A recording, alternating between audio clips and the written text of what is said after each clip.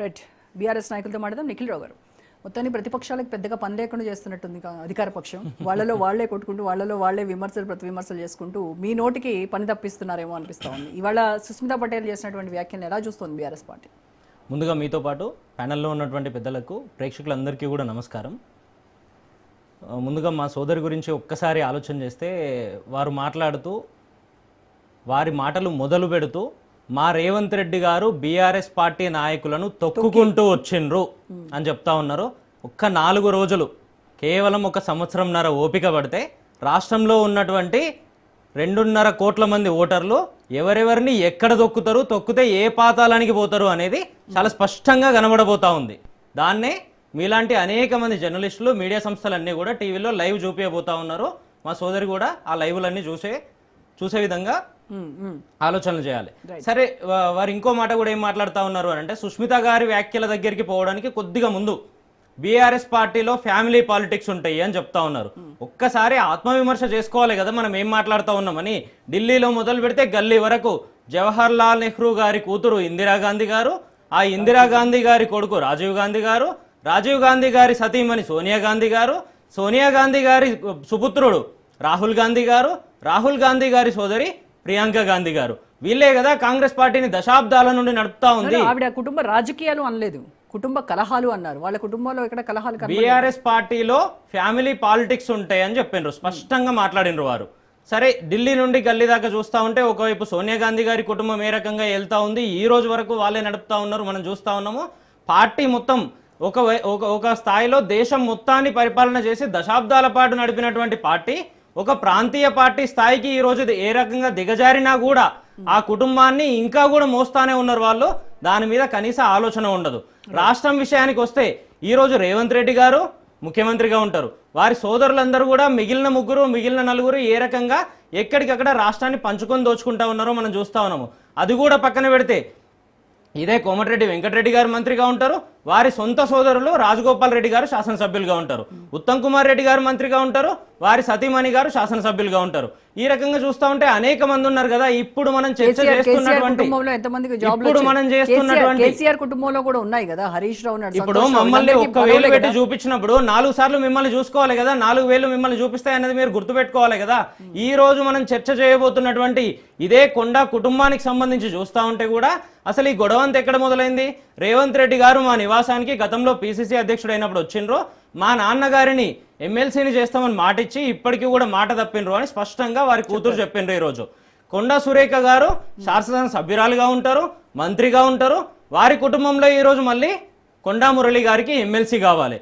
వారి కుటుంబంలో ఇదే కొండా సుష్మిత గారికి పరకాల శాసనసభ్యురాలుగా మళ్ళీ రేపొద్దున బీఫామ్ కావాలి. దీన్ని కుటుంబ రాజకీయాలు కావివి, కేవలం బీఆర్ఎస్ పార్టీలో ఉన్నవి మాత్రమే కుటుంబ రాజకీయాలు అని వీళ్ళు మాట్లాడుతూ ఉంటారు. రాష్ట్రంలో ఉన్నటువంటి 4 కోట్ల మంది నవ్వుకుంటారనే కనీస సోయి కూడా ఉండాలి కదా మనకు, మనం ఏం చెప్తా ఉన్నామని. సరే, ఈ ఆలోచనలన్నీ పక్కన పెడితే కాంగ్రెస్ పార్టీలో ఇటువంటి వ్యాఖ్యలు అనేకం చేస్తూ ఉంటారు. తర్వాత మళ్ళీ వాళ్ళే నాలుక గరుచుకునే పరిస్థితులు అనేకం చూస్తూ వచ్చినాం మనము.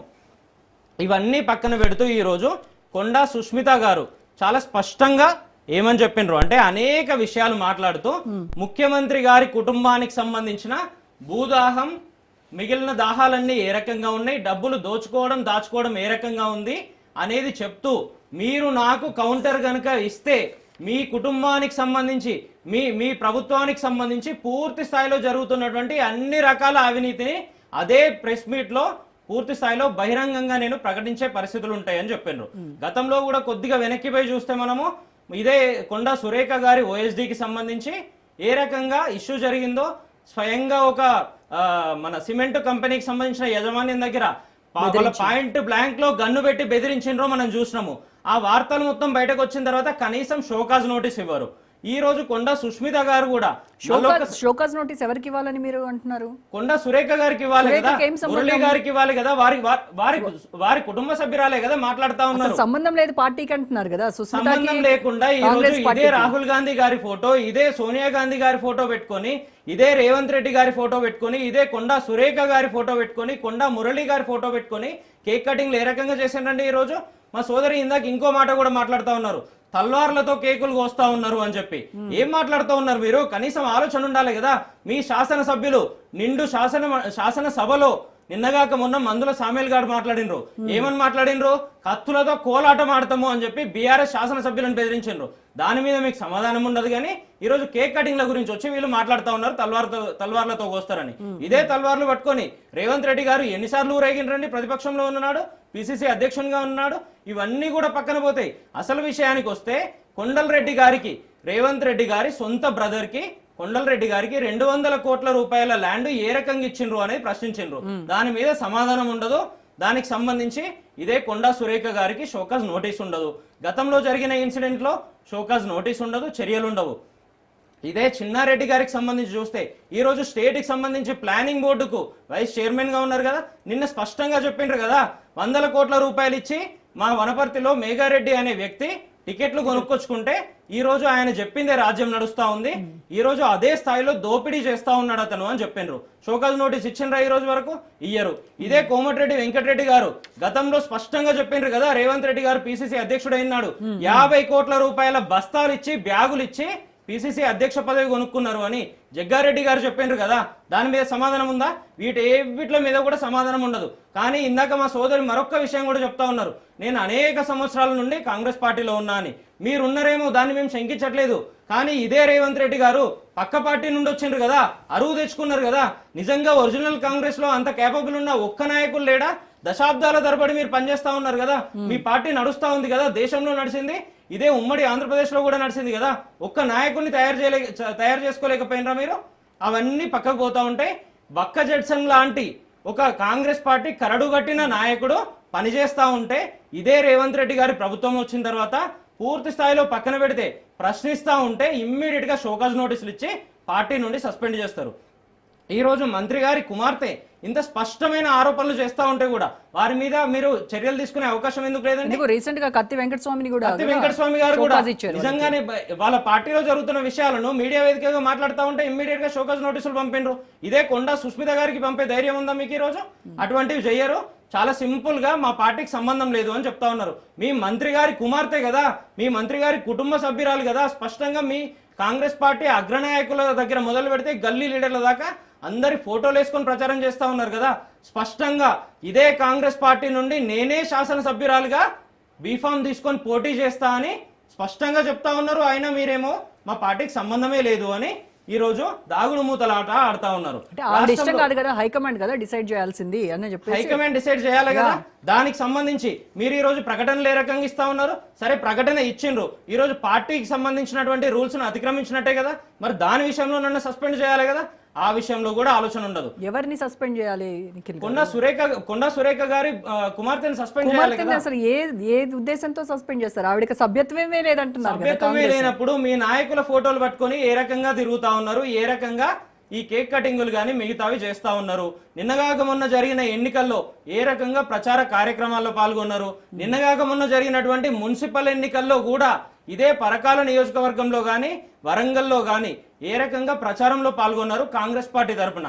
ఇన్ని జరుగుతూ ఉంటే స్పష్టంగా పబ్లిక్ లో అన్ని రకాల ప్రూఫ్స్ అన్ని ఉంటే మా పార్టీకి సంబంధం లేదు అని ఈ రోజు మీరు కేవలం దాగుడు మూతలాడడంలో మాత్రమే చెప్తా ఉన్నట్టుగా తెలుస్తా ఉంది. రాష్ట్రంలో ఇన్ని రకాలుగా జరుగుతూ ఉంటే, ఇన్ని సమస్యలు విలవతాండం చేస్తా ఉంటే పొద్దున్న లేస్తే వాళ్ళని వాళ్ళు విమర్శించుకుంటూ బదనాం అంతా కూడా బీఆర్ఎస్ పార్టీ మీద వేయాలనేది వీళ్ళ ఆలోచన. వీళ్ళు ఇక్కడ ఇవి చేస్తా ఉంటే ముఖ్యమంత్రి గారు నిజంగా బాధ్యత తీసుకొని పనిచేయాల్సినటువంటి వ్యక్తి ఈ రోజు విదేశీ పర్యటన అని చెప్పి పక్క దేశాల్లో ఫుట్బాల్ మ్యాచ్లు చూడడానికి పోయినరు. రాష్ట్రంలో మనం చెప్తా ఉంటాము రోమ్ దగలబడతా ఉంటే ఫిడేల్ వాయించుకున్నట్టు అదే విధంగా ఉంది. రాష్ట్రంలో ఇన్ని సమస్యలు ఉండి అన్ని వర్గాలు ఇబ్బందులు పడతా ఉంటే ఈ సందర్భంగా మీకు ఇంకొక విషయం కూడా గుర్తు చేయాలి. కడుపు గాలి రాష్ట్రంలో ఉన్నటువంటి విద్యార్థులందరూ కూడా రోడ్లు ఎక్కుతా ఉంటే వీళ్ళ ప్రభుత్వంలో ఇదే రేవంత్ రెడ్డి గారు ముఖ్యమంత్రిగా, ఇదే రేవంత్ రెడ్డి గారు హోంమంత్రిగా ఉన్న రాజ్యంలో అక్కడ ఉన్నటువంటి పోలీస్ అధికారులు ఈ రోజు స్పష్టంగా అదే విద్యార్థులను గొంతు బట్టి వాళ్ళని నొక్కుతున్నటువంటి పరిస్థితి.